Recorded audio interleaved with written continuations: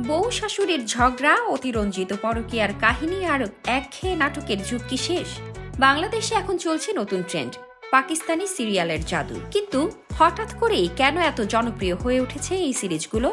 কিছু বছর আগে বাংলাদেশে ভারতীয় বাংলা ও হিন্দি সিরিয়াল ছিল দর্শকদের প্রথম পছন্দ, কিন্তু সময় বদলেছে। এখন সামাজিক মাধ্যমে, ওটিটি প্ল্যাটফর্মে, এমনকি ইউটিউবেও পাকিস্তানি সিরিজ নিয়ে চলছে উন্মাদনা। বাংলাদেশি দর্শকদের মধ্যে যে সিরিজগুলো দারুণ সাড়া ফেলেছে তার মধ্যে অন্যতম পারিজাত, কাভি मैं কাভি তুম, বরজাক, হামসফর। এই সিরিজগুলো কেবল বিনোদনই দিচ্ছে না, বরং বদলে দিচ্ছে দর্শকদের রুচি। হলিউড বা বলিউডের মতোই পাকিস্তানি সিরিজ এখন IMDb-তে ভালো রেটিং পাচ্ছে।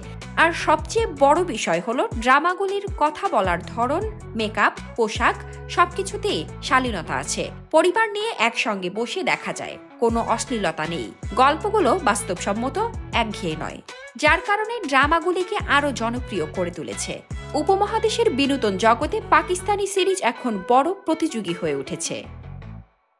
শামসাদ শাহনীন, দৈনিক আওয়ার বাংলাদেশ।